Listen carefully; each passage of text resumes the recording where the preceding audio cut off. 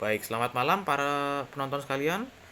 Di sini saya Jonathan Ernest Ginting, nomor absen 16, asal sekolah SMA 8 Malang dan kelas Medical Science 2. Di sini saya ingin menjelaskan mengenai jalan cepat. Jadi yang pertama saya akan menjelaskan mengenai pengertian jalan cepat, sejarah jalan cepat, cara melakukan jalan cepat dari awal hingga akhir, dan penutupan. Oke, simak videonya.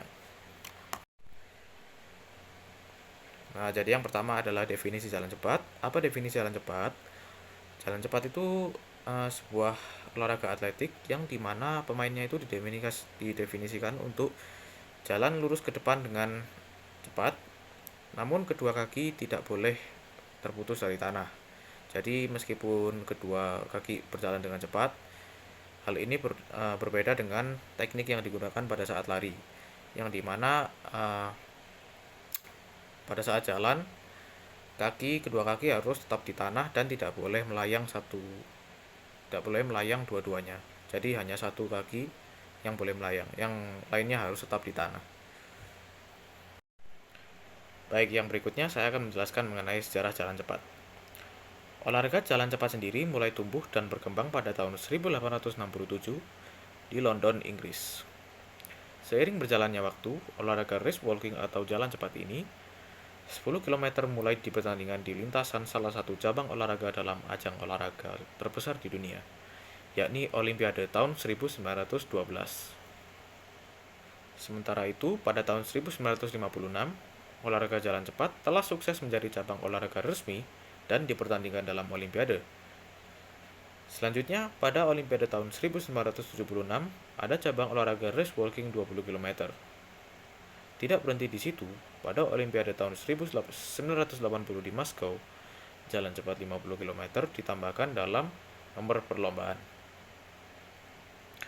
Di Indonesia sendiri, perlombaan race walking mulai ada sebagai nomor yang diperlombakan pada kejuaraan nasional atletik tahun 1978. Nah, pada saat itu jarak yang diperlombakan untuk putri yaitu 5 km dan 10 km. Sedangkan untuk putra yaitu 10 km dan 20 km. Baik, untuk teknik jalan cepat itu kita akan mempelajari 4 teknik.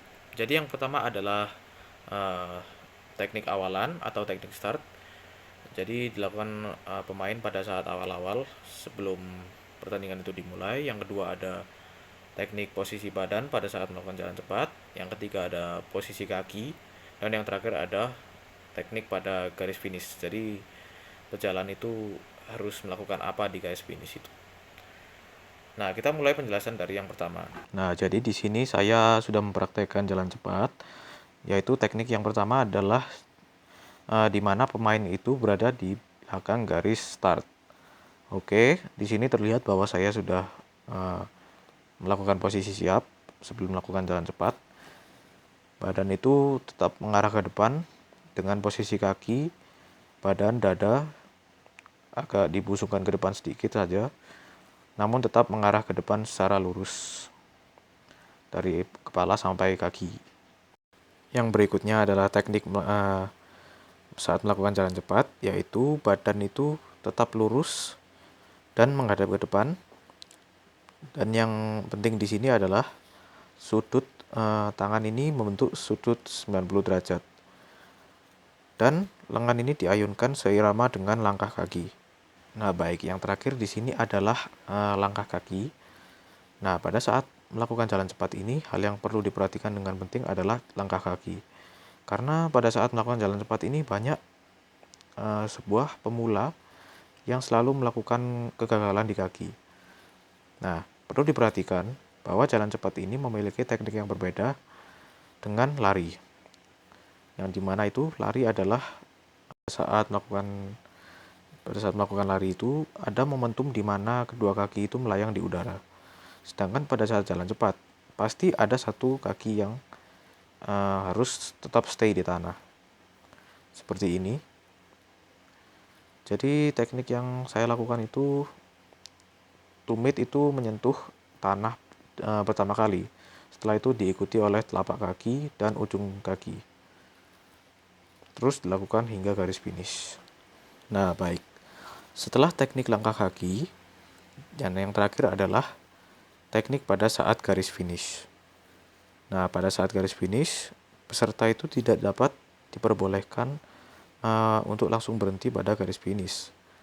Hal ini akan menimbulkan peserta kehilangan keseimbangan dan membahayakan dirinya sendiri. Jadi teknik pada garis finish ini peserta tidak boleh langsung berhenti, namun ia tetap berjalan sampai langkah kakinya itu stabil dan seimbang, sehingga peserta ini tidak mengalami cedera atau hal-hal yang tidak diinginkan. Nah, baik. Setelah mempelajari teknik-teknik jalan cepat itu, di sini saya ingin menjelaskan beberapa kegagalan atau kesalahan yang biasa dilakukan pejalan cepat sehingga membuat mereka mendapat pelanggaran atau dapat merugikan dirinya sendiri. Jadi yang di sini kesalahan pertama itu pejalan cepat itu terlalu mengambil langkah pendek sehingga ini dapat memperlambat langkah mereka sendiri yang dapat merugikan dan lebih mudah disusul oleh pejalan cepat lainnya.